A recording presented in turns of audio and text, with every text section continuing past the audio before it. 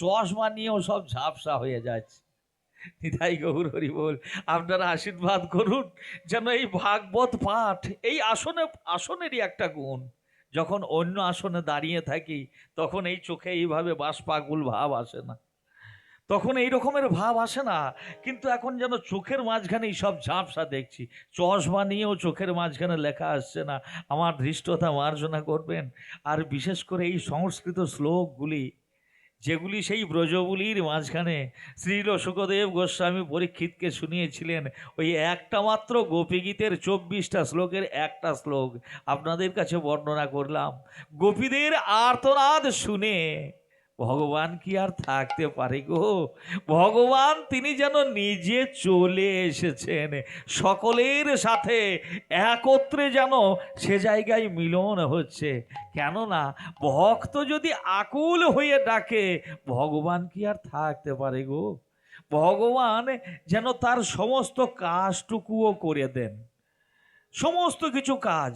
এই গোপীদেরকেও তিনি সেদিন রাধারানীকে যেমন কাঁধে করে নিয়ে গিয়েছিলেন, প্রত্যেক গোপী ভগবানের মধুর ভাবের এমনই একটা গুণ, যেন গোপীদেরকেও ভগবান শ্রীকৃষ্ণ আবার সেবা করেছেন, আবার গোপীরাও নিজেদের প্রতিটি অঙ্গ দিয়ে স্বয়ং ভগবানের সেবা করেছেন। পার্থিব জগতেও কিন্তু এমনতর ঘটনা অনেক ঘটেছে, প্রমাণ আছে। যদি ইতিহাসকে মানতে হয়, প্রমাণ আছে। যদি কেউ নিজের ধন, ঐশ্বর্য, বিত্ত, বৈভব সব ত্যাগ করে দিয়ে নিষ্কাঞ্চন নিষ্কাম মনোভাব লয়ে যদি কেউ এর মধ্যে একজন, তিনি কে? কলিযুগের মাঝখানেও আমরা দেখেছি সনাতন গোস্বামীপাদ।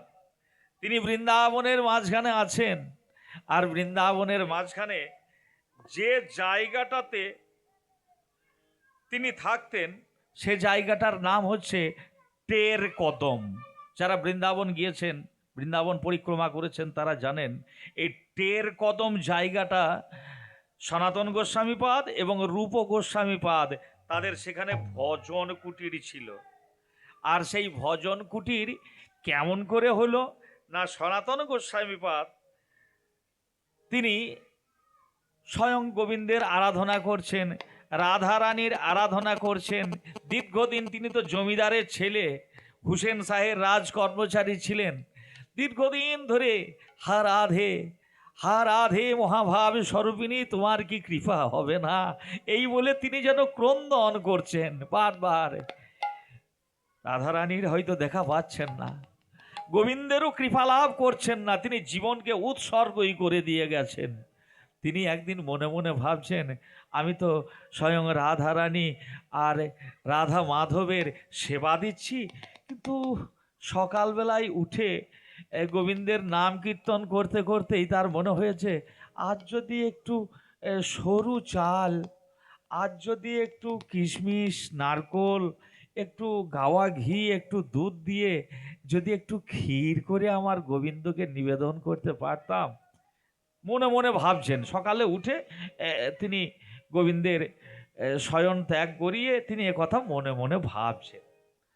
যেমনই ভাবা, সনাতনের সাক্ষাৎ দর্শন তিনি তখন হয়তো পাননি, কিন্তু সেই বাঞ্ছা কল্পতরু ভগবান যিনি, তিনি কি আর থাকতে পারেন? যিনি সেই বাঞ্ছা কল্পতরুর মহাভাব স্বরূপিণী রাধারানী, তিনি কি আর থাকতে পারেন? রাধারানী ভাবছেন যে আমার ভক্ত আমার প্রাণনাথের সেবা দেবে। রাধারানী তখন ঠিক ওই 5-7 বছরের ছোট্ট একটা গোপ বালিকা, মানে গোয়ালার দের ছোট্ট কুমারী বালিকার বেশে তিনি তখন একটু যেন ছুটতে ছুটতে আসছেন।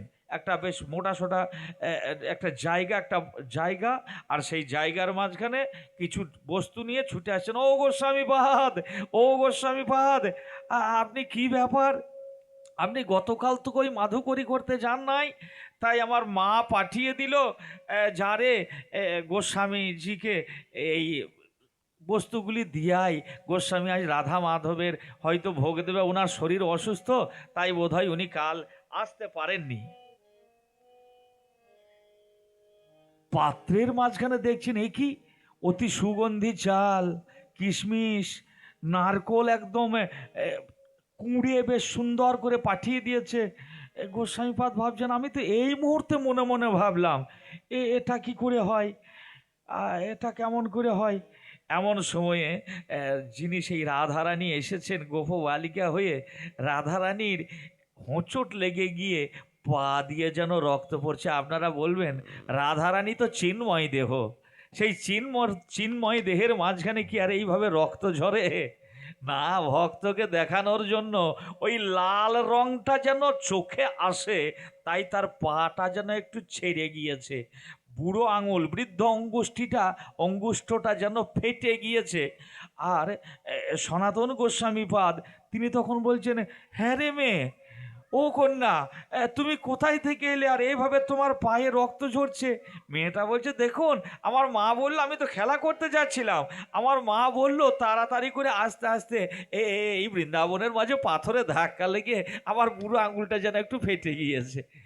ও ও মেয়ে এক কাজ করো মা, এক কাজ করো, এই বলে গোস্বামীপাদ তিনি তার কাপড়ের টুকরোটাকে ছিঁড়ে নিয়ে গিয়ে, আরে মা তোর এই পায়ে কি হয়েছে রে, এই বলে রাধারানীর পায়ে যেমনই হাত দিয়েছেন, রাধারানীর পায়ের হাত দেওয়ার সাথে সাথে আঙুলের রক্তটা মুছে দিয়ে যেমনই আঙুলটাতে বাঁধতে গিয়েছেন, আর সেই রাধারানীর অঙ্গ স্পর্শ কারণে তার অষ্টসাত্ত্বিক ভাবের উদয় হয়েছে।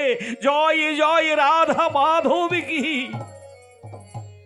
অষ্টসাত্ত্বিক ভাবের উদয় হয়ে তিনি তখন মনে মনে ভাবছেন, আমি কিছুক্ষণ আগে ভাবছিলাম, আর এ মেয়েটা তখন রাধারানী তিনি তো সহজে ধরা দেন না।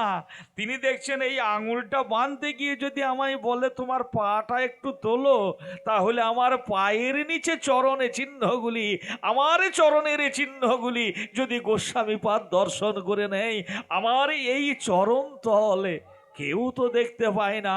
অতি চালাকি করে রাধারানী তখন বলছেন, আমি বাবু আমার সখীদের সঙ্গে খেলা করব, তুমি এই পাত্রটা আমাকে ফেরত দাও, আমি মাকে ফেরত দিয়ে গে। ভ্রমিত করতে হবে তো। সনাতন গোস্বামীপাদ তিনি সেই সমস্ত বস্তুগুলি লইয়ে গিয়ে তিনি যেমনই রান্না করে গোবিন্দকে যখন সেবা দিয়েছেন, গোবিন্দ তিনি নিজে আনন্দ ভরে সেই সেবা গ্রহণ করেছেন। রূপ গোস্বামীপাদ তিনি তো দাদা, তাই সনাতন গোস্বামী শ্রী বিগ্রহকে সেবা দেওয়ার পর দাদাকে গিয়ে বলছেন, দাদা তুমি প্রসাদ গ্রহণ করো। দাদা তখন প্রসাদ গ্রহণ করে বলছে, এ কি রে সনাতন, এমন বস্তু, কেননা একে তো রাধারানী এনেছেন, আবার সেটা স্বয়ং গোবিন্দ নিজে গ্রহণ করেছেন। অন্য দিনের থেকে আজকের প্রসাদটা যেন মূর্ত চিন্ময় বিগ্রহের মুখ থেকে নিঃসৃত মহাপ্রসাদ, আর সেই মহাপ্রসাদ যেমন স্পর্শ পেয়েছে রূপ গোস্বামীপাদ, তিনিও যেন অষ্টসাত্ত্বিক ভাবের মাঝখানে আত্মহারা হয়ে গেছেন। আত্মহারা হয়ে বলছেন, এ কি রে সনাতন, এ বস্তু তুই কোথায় পেলি? সনাতন গোস্বামী বলছে, দাদা আজ সকালবেলায় উঠে আমি মনে মনে এটা ভাবছিলাম, এমন সময়ে ছোট্ট একটা বাচ্চা মেয়ে জানো তার হোঁচট লেগে গিয়েছিল, তোমার যেমন দেখছি অশ্রু, শ্বেদ, পুলক, কম্প, বৈবর্ণ, তুমি যেমন এই কথা বলতে তোমার যেমন গলা জড়িয়ে যাচ্ছে দাদা, আমারও ঠিক তেমনই হয়েছিল। সনাতন গোস্বামী তিনি তখন একটু ধ্যানের মাঝে বসলেন। ধ্যানের মাঝে বসে তিনি দেখছেন, এ কি স্বয়ং রাধারানী তিনি। ওরে সনাতন, তুই ভেবেছিলি আজ একটু সুগন্ধি চাল দিয়ে রাধা মাধবকে সেবা দেব, ওরে সনাতন আজ স্বয়ং রাধারানী তোরই আহ্বানে আজ হোঁচট খেতে খেতে এখানে এসে উপস্থিত হয়েছে। ওরে সনাতন, এই সন্ন্যাস জীবনে, এই বৈষ্ণবীয় জীবনে এসে কোনোদিন ভালো ভালো বস্তু, রাজকীয় বস্তু আমার প্রাণ গোবিন্দকে সেবা দেব, এটা যেন মনেও ভাবিস না। ওরে, সে যে কাঙালের ঠাকুর, আমরা যে দিনহীন কাঙাল বেশে এসেছি, কাঙালের ঠাকুর আমাদের নিকটে যেটুকু আছে, যদি ভাবিস আজ শুধু শাক পাতা দিয়ে সেবা দেব, প্রভু আমার তাই তো গ্রহণ করে রে। ওরে, শ্রীমদ্ ভগবদ গীতাতেই তো প্রভু বলেছেন, পত্রং পুষ্পং ফলং তোয়ং যো মে ভক্তা প্রযোচ্যতি সনাতন গোস্বামী জয় জয় রাধা মাধবে, জয় রাধা মাধবে বলে রূপ গোস্বামীর চরণে লুটিয়ে পড়েছে। ভক্তের জন্য ভগবান কিন্তু এইভাবে ছুটে আসে।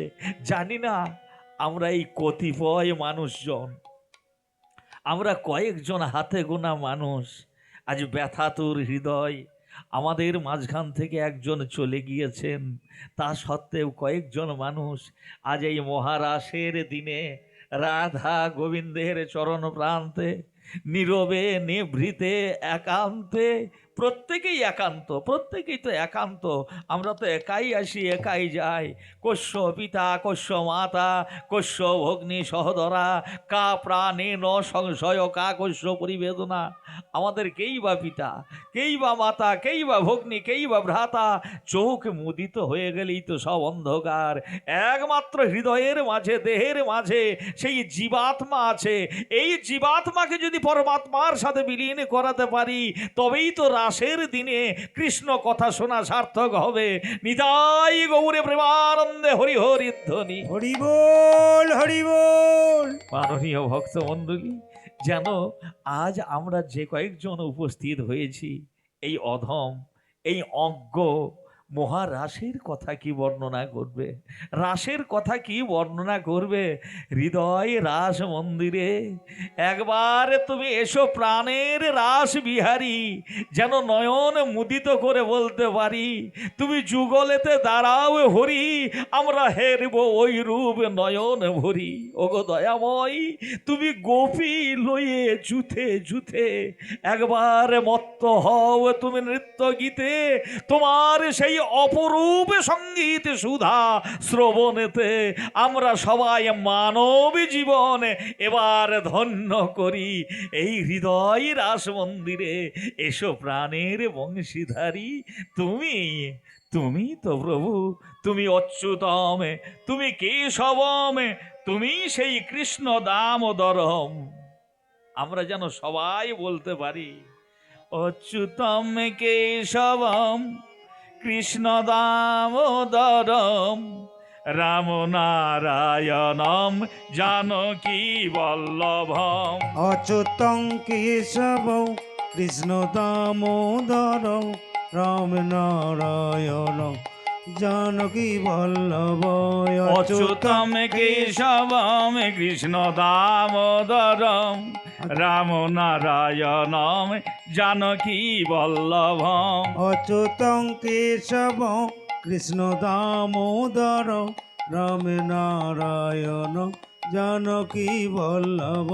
कौन कहते हैं भगवान आते नहीं, कौन कहते हैं भगवान आते नहीं, तुम मीरा के जैसे बुलाते नहीं। अच्युतम केशवम कृष्ण दामोदर राम नारायण जानकी वल्लभ। কে বলেছে ভগবান আসে না? যদি মীরার মতো কেউ ডাকতে পারে অবশ্যই ভগবান আসবে। कौन कहते हैं भगवान खाते नहीं, कौन कहते हैं भगवान खाते नहीं, बेर सबरी के जैसे खिलाते नहीं। अच्युतम केशवम जय जय राधा माधव की जय। नारायण जानकी वल्लभ। अच्युतम केशवम कृष्ण दामोदर राम नारायण जानकी वल्लभ।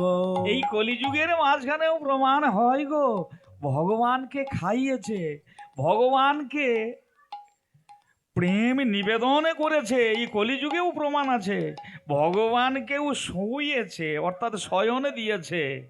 कोने कहते हैं ये भगवान सोते नहीं, कोने कहते हैं भगवान के सोते नहीं, कोने कहते हैं ये भगवान सोते नहीं, कोने कहते हैं भगवान के सोते नहीं, माँ जसोदा के जैसे सुलाते नहीं। अच्युतम केशवं कृष्ण दामोदरं राम नारायणं जानकी वल्लभं। कोने कहते हैं भगवान नाचते नहीं, कोने कहते हैं भगवान नाचते नहीं, कोने कहते हैं भगवान नाचते नहीं, कोने कहते हैं भगवान नाचते नहीं, गोपियों की तहा तुम नचाते नहीं। अच्युतं अच्युतम केशवं कृष्ण दामोदरं राम नारायणं जानकी वल्लभं। ভক্তমণ্ডলী, এখন এই সংশয়ের যুগে, অবিশ্বাসের যুগে ভাগবত পাঠ হচ্ছে, শ্রবণ করছে কয়েকজন, খুব চিন্তা করুন। কিন্তু যখনই বাবা রং চং সুর ছড়িয়ে দিয়ে, অবশ্যই ভাগবত পাঠের জায়গাতে এই সুর যন্ত্র থাকবে না। সুখদেব গোস্বামী যেটা করেছিলেন। কিন্তু বর্তমানের মানুষ একটু যদি সুর না থাকে, একটু যদি তাল না থাকে, কিন্তু এই সুর এই তাল যেন ভক্তিপথের অন্তরায় না হয়। এটা স্বয়ং নারদ বলেছেন। নারদ ভক্তি সূত্রের মাঝখানে নারদ বলেছেন। তাই তো ঠিক সেই বৃহৎ নারদীয় পুরাণের মাঝখানেও প্রমাণিত হচ্ছে।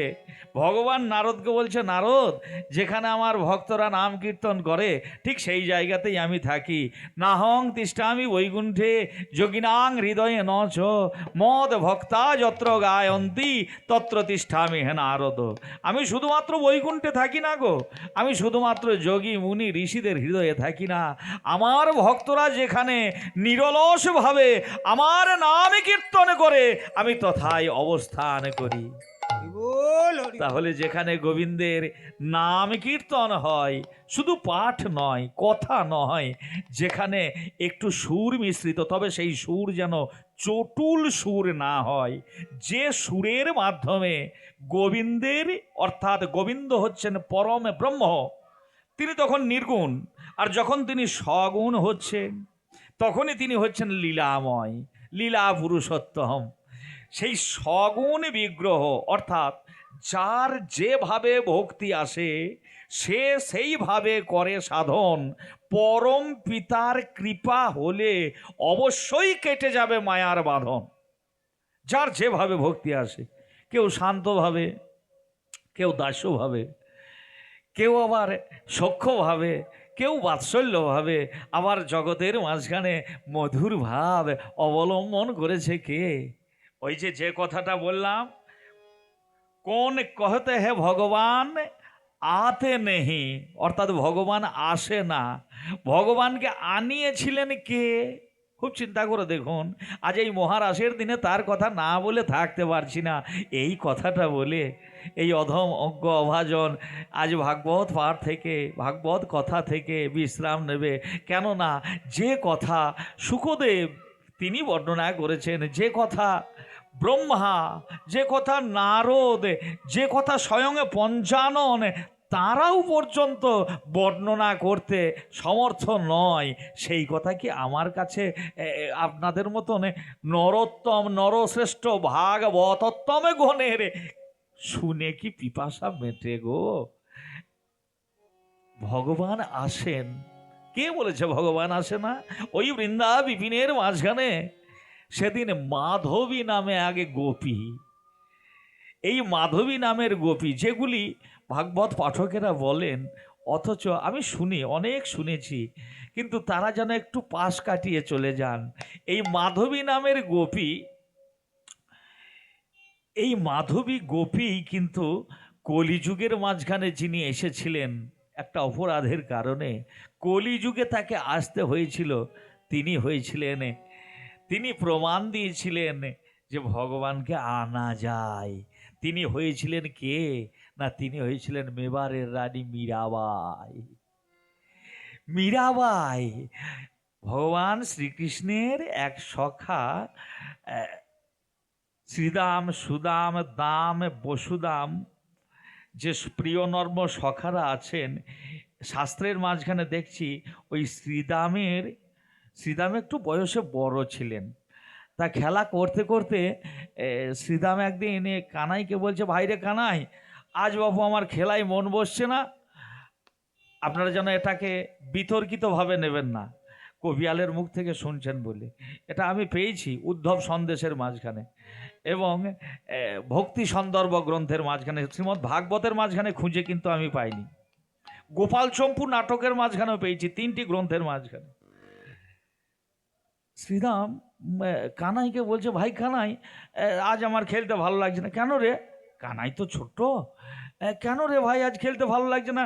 আরে আগের দিন তুই আমার কাঁধে চাপলি, তোকে কাঁধে করে নিয়ে আমি যমুনা পুলিন থেকে অক্ষয় বটে নিয়ে গেলাম, আমার চোখের জল দেখে খেলা বন্ধ করলে, আজ খেলা ভালো লাগছে না। আরে ভাই আমি শ্বশুর বাড়ি যাব। শ্বশুর বাড়ি? আরে শ্বশুর বাড়িটা আবার কী রে? আসলে বাচ্চা ছেলে তো শ্বশুর বাড়ি কি সেটা তো তার অনুভবের মধ্যে নেই। ছোট ছেলে যারা তারা কি আর শ্বশুর বাড়ি চেনে? আমি শ্বশুর বাড়ি যাব।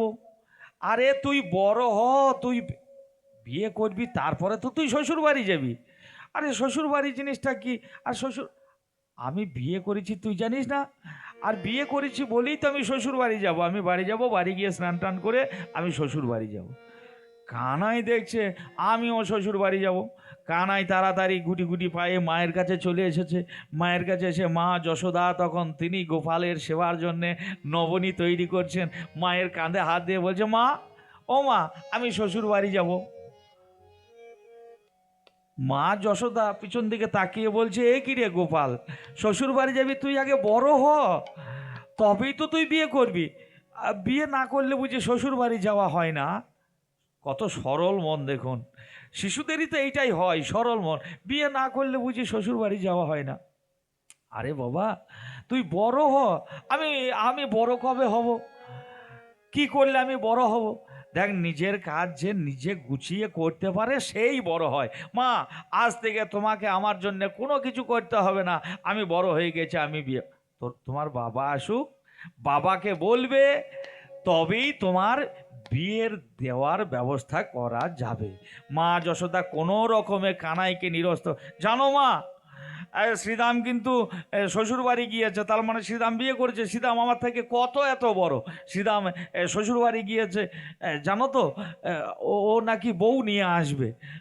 আমার কবে বউ হবে মা? বাচ্চাদের যেমন অবস্থা, ভগবান শ্রীকৃষ্ণ তিনি লীলা পুরুষোত্তম, এটাও যেন তার একটা লীলা। এদিকে শ্রীদাম শ্বশুর বাড়ি থেকে বউ নিয়ে যখন ফিরেছে, সেই শ্রীদামের শাশুড়ি মা শ্রীদামের স্ত্রীকে বলে দিয়েছে, শোন, লৌকিক জগতে যেটা হয়, ওরে মা, তুই বৃন্দাবনে যাচ্ছিস, তোর শ্বশুর বাড়ি যাচ্ছিস, সকলকে তুই দেখবি, কিন্তু মাথায় ঘোমটা টেনে রাখবি, যেন সেই কানাইকে তুই নয়ন মেলে একবারও দেখবি না। কানাই কে মা? সেই মাধবী বলেছিল, কানাই কে মা? ওরে, সেই কানাইকে দেখলে, কানাই যে চৌরাগ্রগণ্য, সবাই বলে ব্রজে প্রসিদ্ধ নবনীত চৌরং, ব্রজাঙ্গনাঞ্চ দুকুল চৌরম, নবাম্বুদ শ্যামল কান্তি চৌরং, হে চৌরাগ্রগণ্য পুরুষং তমহং নমামি। বৃন্দাবনের মাঝে সে যে চোরের রাজা, তুই যদি তাকে একবার দেখিস, না না না, তোকে কথা বলা যাবে না, মায়ের কথা তুই শুনিস, খবরদার তুই যেন তার দিকে তাকাবি না। কানাই দেখছে আমার বন্ধুর, আমার সখার বউ এসেছে, বউ কেমন জিনিস একবার দেখতে হবে। ভগবানের লীলা তো, বউ কেমন জিনিস একবার দেখতে হবে, এই মনের ভাবনা লয়ে যেমনই কানাই গিয়ে বন্ধুকে বলছে, ভাই শ্রীদাম, তোর বউয়ের মুখটা একবার দেখি। এদিকে মাধবী সে কিন্তু একেবারে ঘোমটা টেনে দিয়েছে। মা বলেছে, তুই সবার মুখ দেখবি। শ্রীদাম বলছে, ওই দেখো গো, কানাই এসেছে, তোমাকে একবার, তুমি একবার মুখটা দেখাও। মাধবীর মনে আছে মা বলে দিয়েছে, সে মুখটা ঢাকা দিয়েই আছে, মুখটা কোনো মতেই খোলে না। এ কি গো, তুমি মুখটা দেখাও। আর কানাই শুধু এদিকে ওদিকে ঘুরছে। ভগবান যেন আজ ভক্তকে দেখার জন্য লালায়িত, কিন্তু ওদিকে মাতৃবাক্য, জড়জগতের মায়ের বাক্য, বাইরের জগতের মায়েরা যেমন বলে আমার আমার মেয়ে যেন সুখী হয়, আমার মেয়ে যেন স্বামী লয়ে সুখে থাকতে চাই, জড়জগতের সুখে, এটা চেয়েছিল মাধবীর মা। মাধবী কিন্তু তা চায়নি। মাধবীর মায়ের কথা শুনে ঘোমটা টেনেই আছে। মাননীয় ভক্তমণ্ডলী, এই ঘোমটা টেনে থাকার কারণে ভগবান তিনি মনে বড় কষ্ট পেলেন।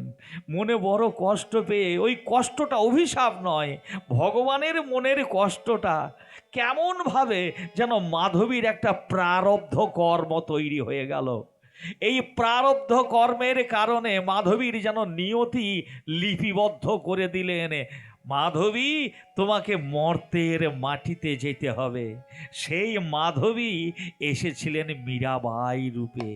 আর সেই মীরাবাই তিনি অতি শিশুকাল থেকেই গিরিধারী লালের তিনি যেন সাধিকা হয়ে উঠেছিলেন, আপনারা সবাই জানেন। তাই তো এই মীরারি এ সঙ্গীত যেন এই মীরারি সঙ্গীত, অচ্যুতম কেশবম কৃষ্ণ দামোদরম রাম নারায়ণম জানকী বল্লভম।